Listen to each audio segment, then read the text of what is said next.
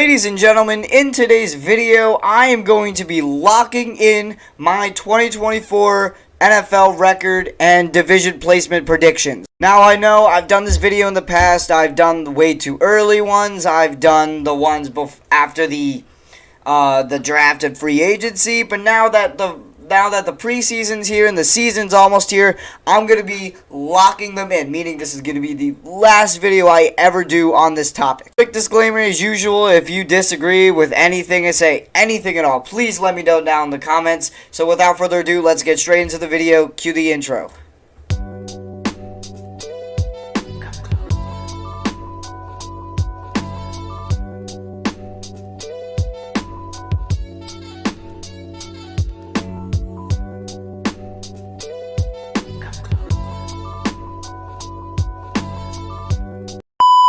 Alright, I'm sure you guys have no introduction. I'm sure you guys need no introduction to how this works. So we're going to start with the NFC West. And I randomized the division that we're going to start with. And we're going to start with the 49ers coming in at first place with a record of 12-5. Look, they're still a dominant team. They're still going to be running that division for a while now. They still have Christian McCaffrey, Brock Purdy, Trent Williams, Brandon Ayuk, George Kittle, Deebo Samuel, Nick Bosa. They still have all of these great players, and they all play a key factor into that team. And I still think that they're going to be pretty dominant this year. Oh, and by the way, this is strictly going on how I looked at their schedules. So if anything comes up weird to you, then it's strictly mainly because I looked at their schedule and I think their schedule is tough, so that's why a team has a bad record. But anyway, second place we have the Rams with a record of 11-6. Again, I know they lost Aaron Donald, but their offense is still one of the best in the league. They have Kyron Williams, who they spawned out of nowhere, still put 12 touchdowns and 1,200 yards while only playing 12 games. You still have Puka Nacua breaking the rookie receiving record. Cooper Kupp, still one of the best wide receivers in the league. And obviously you have Matthew Stafford, who looks like he hasn't aged since his rookie year. So I think that the Rams should take a home win over the 49ers. And the 49ers should take a home win over the Rams. But, you know, 12-5 and 11-6. Those two are undisputedly the best in their division. Alright, next up we have the Seahawks at third place with a record of 5-12. And then the Cardinals at fourth place with a record of 14-3. Look, I mean, I know the Cardinals, they drafted Marvin Harrison Jr. That's a start, but we have to admit the rest of their team is still an absolute mess right now. I mean, they have no offensive line, they have barely any defense, and they have a very injury-prone quarterback in Kyler Murray. So I don't know. Like, all those key factors, those key holes in their team are going to play a part. For the Seahawks, they just have an aging team at this point. They have an aging quarterback, aging receivers, aging defense. Even though I like the addition of Byron Murphy to their defensive line, I just don't think it's going to be enough for them to win any more than 5 wins. Alright, next we can do the AFC West, and I think there's really no dispute on who's taking first. I have the Chiefs taking first with a record of 12-5. Listen, they only got better this offseason. We just have to accept it. They're winning 12 games this year, mainly because the rest of their team is just absolutely, like, just such hot garbage that they just have no competition. They're gonna get at least the 4th seed every year unless they decide not to. Then we got the Raiders and the Chargers with 5-12 records. They basically have the same schedule when it comes to being tough. They both don't have good teams. The Raiders, they don't have any running back, although Zamir White could have a future. They also signed Alexander Madison, who didn't score a single rushing touchdown last year. You have the Chargers with no receivers at all. I get it, Lad McConkey, that's a start, but it's still not enough. They still have Quentin Johnston and Josh Palmer and Will Dissly. And now at fourth place, we have the Denver Broncos. They have a rookie quarterback. They don't have a lot of receiving. They don't have a tight end. They don't have a running back. They don't have any defense besides Pat Surtain. Again, all these three teams right now are an absolute hot mess. and the Chiefs are undisputedly the best team in that division, and they're gonna be that just like 10 years to come, unless they decide not to. Alright, next up we got the NFC North. We're going to start with the Lions with a record of 13-4. I definitely think that the Lions are going to improve this year. They almost got the number 1 seed last year. Their team is just too strong. They have an ace running back duo who both had over 10 touchdowns. They have arguably the best offensive line. They have a great receiver in Amon-Ra St. Brown. They have a tight end who had the most amount of touchdowns last year. And they have a defense. The only hole in their game is their secondary with their defensive backs and safeties. We just have to wait and see if Terrion Arnold or any of the guys that they got this offseason are going to be improvements. Alright, next up we got the Packers, and I actually think that the Packers are going to have an 11-6 record. I think that they know what they have with Jordan Love. 32 touchdowns, 11 picks, over 4,000 yards last season is really great for his first year as a starter. I do think they took a little bit of a downgrade at the running back with Josh Jacobs. He played 13 games, only put up 800 yards. He was injured a lot that season. But their defense, however, if they have a healthy Jair Alexander and a healthy Kenny Clark, then their defense could be really, really, really solid last year, especially how they handled the Cowboys in the playoffs. And then at third place, we have the Bears. I have them actually improving this year with a 10-7 record. They did what they could to give Caleb Williams the world. They have DJ Moore, Keenan Allen, DeAndre Swift, Cole Kmet. They drafted Rome Odunze. Now we just have to wait and see if Caleb Williams is good. The fate of that team rests on his shoulders. I've been watching him in preseason. He looks really great. He's made some bullets of throws. I just think that the guy is going to be star for a super long time. And then finally, fourth place, we have the Minnesota Vikings with a 5-12 record. I don't think they're going to be good at all. I think Justin Jefferson is going to take a big downgrade because he has Sam Darnold throwing him the ball. J.J. McCarthy's out for the season. I don't know why. The NFL gods hate the Vikings so much, but the Vikings just have the worst luck I've ever seen this season, especially with a quarterback who's not even going to play a snap this season. And as for their defense, they lost Danielle Hunter. They have an aging Harrison Smith. They don't have any secondary. It's just going to be a rough year for the Vikings. Alright, moving on now to the AFC North. And at first place, I have the Ravens with a 14-3 record. I think the Ravens are really going to be dominant this year. Especially, they had a 13-4 record with Gus Edwards as their running back. So just imagine what the Ravens could do with Derrick Henry. They're finally going to have a functional running game. And it's not like they didn't, but they're going to have a more functional running game than they did the previous year. Alright, next up at second place, I have the Bengals at second with a 12-5 record. I think they're going to be a lot better this year, especially with Joe Burrow not having any more fluke injuries. I know they lost Tyler Boyd, but Jamar Chase, T. Higgins, still a very dominant wide receiver duo. They downgraded a lot from the running back position, but they could potentially have a pretty solid duo with Zach Moss catching the ball and Chase Brown catching the ball and running at the same time. As long as their defense, obviously you got Trey Hendrickson having 17.5 sacks last year, Logan Wilson having over 100 tackles. I think their defense is definitely solid, especially with the addition of Geno Stone. Alright, next up now at third and fourth, I have the Steelers taking it with a 10-7 record, and then the Browns taking it with a 9-8 record. This team is so stacked. This division is so stacked. I don't have anyone with a losing record. However, I think the Steelers team is just a little bit stronger than the Browns. You could flip a coin for their defenses, but I think the deciding factor between the Steelers and the Browns is really going to be their offense. And I would take Russell Wilson and George Pickens over Deshaun Watson and Amari Cooper. I know Amari Cooper's better than George Pickens, but it's who's throwing him the ball. Deshaun Watson is not what he used to be, and he's just washed at this point. He doesn't have anything else to offer. But, however, Russell Wilson, I don't think he's really as washed as everybody says he is. 24 touchdowns, 8 interceptions last year while not playing a full season. I don't think that that's bad at all. I think Russell Wilson gets a lot more heat than he actually should. Alright, next up we got the East Division, and for the first place, I got the Eagles. I don't think anyone can dispute that the Eagles are taking first this year. The Cowboys are going to take second. Eagles are going to go 14-3. The Cowboys are going to go 9-8. The Eagles are going to run this division this year. Not being biased, simply because of the fact that what they did this offseason. They added Saquon Barkley. They got rid of Brian Johnson and Sean Desai and Matt Patricia.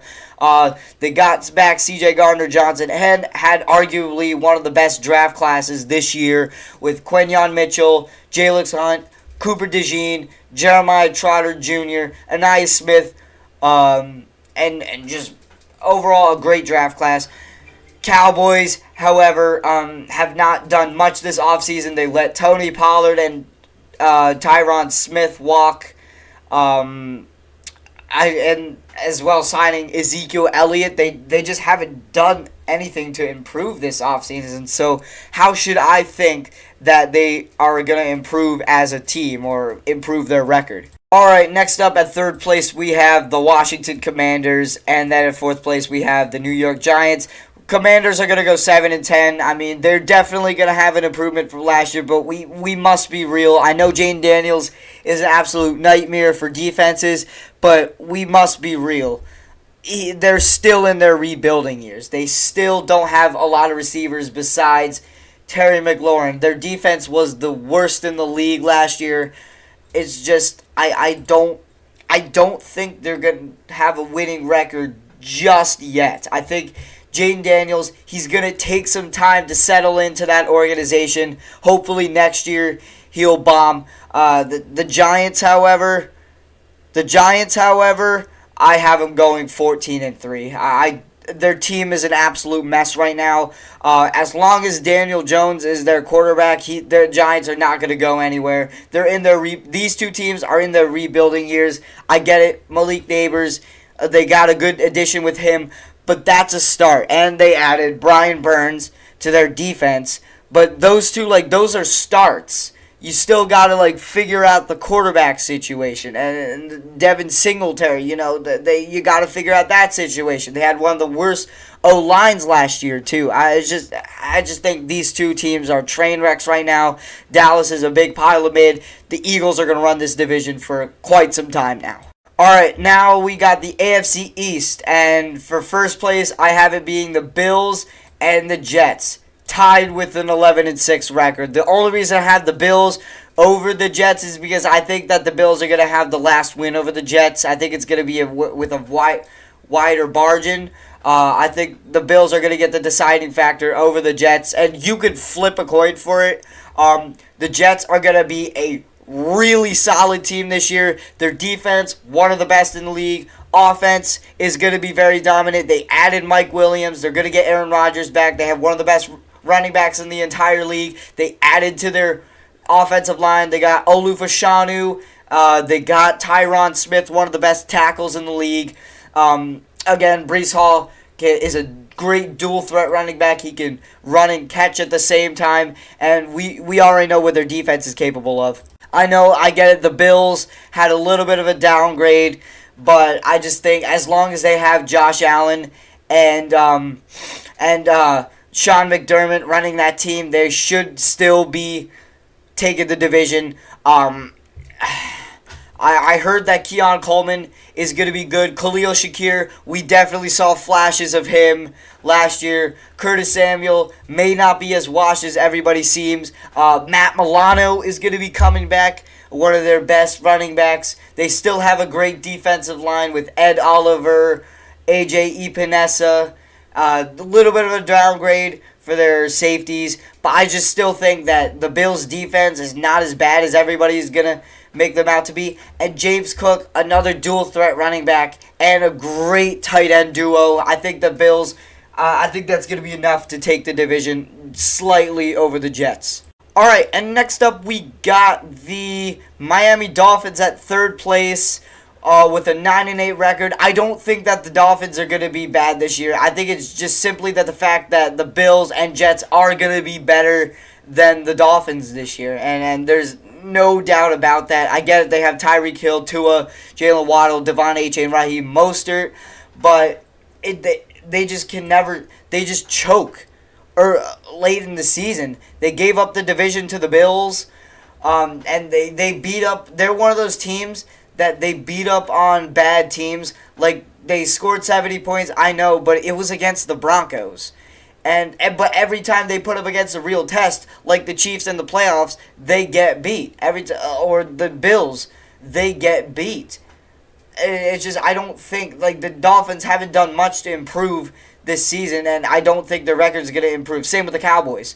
And then we got the Patriots with a record of 14-3. I know they drafted a good quarterback with Drake May, and they got a new coach, but they're still in their rebuilding years. This team is an absolute mess right now. They don't have any receivers. They have a mid-running back with Ramondre Stevenson, who's very injury-prone last season. Their defense has some little holes, but I think it could really be dominant. Last year, they were top 10 against the run last year. They have Matt Judon, Christian Gonzalez, who was hurt most of the year last year, so this would feel like his rookie year anyway. And they had Christian Barmore, who had 9 sacks last year as a defensive tackle. I just think that the Patriots could have some potential, but it's just not yet this year. All right, next up we have both of our West divisions. We're going to start with the NFC West, and to begin, we have the Falcons with a 10-7 record. I think they're definitely going to improve this year. Drake London, Kyle Pitts, they finally have a quarterback that can get them the ball. They finally have a non-brain dead coach. They have one of the best secondaries with A.J. Terrell and the best safety in the league, Jesse Bates.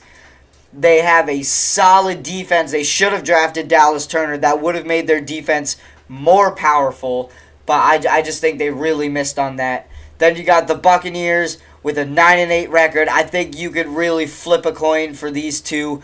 I didn't think that the Bucs were going to make it far last year. I really didn't. Wrong, and wrong. Baker Mayfield has proven himself to be a really talented quarterback. Mike Evans just proved his dominance over and over again. Chris Godwin, you had him breaking 1,000 yards. You had Rashad White, who is a dual threat running back. You have a solid defense with Levante David, Vita Vea. I know they lost Shaquille Barrett, but you have one of the best safeties in the league, Antoine Winfield Jr. Again, like that whole team is very, very solid, and they could have a bright future if they use them well. All right, and now we have the Saints coming in third place with a 4-13 record, and the Panthers coming in with a 3-14 record. I don't think that the Panthers are going to have that much of improvement. I get it, Bryce is not as bad as everybody makes him out to be, but we still have to be real. Their team is still a mess right now. Deontay Johnson, that's good, but they have a rookie. We have a rookie running back and not much of a defense. And Saints, as long as they have Dennis Allen as their coach, he hasn't had a winning record besides last year. I just don't think that these teams are going to do much besides what I think they're going to do, because you have an aging Derek Carr and an aging receiving core for the Panthers. I don't think they're going to make any improvement from last year. If anything, I think the Saints are going to downgrade. Panthers should have a game improvement. They should beat the Saints at home, but both teams are just messes right now. And finally, we have the AFC South. We have the Texans coming in with a 12-5 record. We have the Jaguars. I'm going to speed it up because nobody wants to see this for 2 hours. I know y'all. And then we have the Jaguars with a 9-8 record. They should be able to make the playoffs this year. And then we have the Titans with a 8-9 record. And I'm sorry. I'm really sorry. The Colts with a 6-11 record. The Colts actually have a much tougher schedule than what I thought they have. Titans, they made a lot of offseason improvements, like adding L'Jarius Sneed, Tony Pollard, adding Calvin Ridley, they should be more dominant this year. Jaguars, I don't think Trevor Lawrence is a bad quarterback. I just think that he hasn't been given much to work with. Texans, you already know, best wide receiver room, one of the best running backs, one of the best defenses. Added Danielle Hunter. They have Will Anderson, Steve Nelson, Derek Stingley Jr. The Texans are going to run that division for years to come. And as I said with the Colts, I thought they were going to be better, but they just have a much tougher schedule than what I thought. Like, they're facing much tougher teams, much better teams than them. But if they get an easier schedule, they could have a 10-7 record. But I mean, hey, I could be wrong on them, but we're just gonna have to wait and see from Anthony Richardson. And Anthony Richardson and Jonathan Taylor, let's be real, they are both coming off of big injuries, so they could be a little rusty than what they had the previous year. But no disrespect to the Colts. I think they're a good team, just very tough schedule this year and a very tough division. Alright guys, that is going to do it for this video. Please make sure to leave a like on this video and make sure to subscribe. We're on the road to 600 subscribers, trying to get monetized very soon. Please don't yell at me too hard in the comments. I know I had a lot of hot takes in here, but I hope you guys understand. I hope you guys give me your seasonal predictions and what you guys think. But without further ado, I see y'all guys the next time I upload. Peace.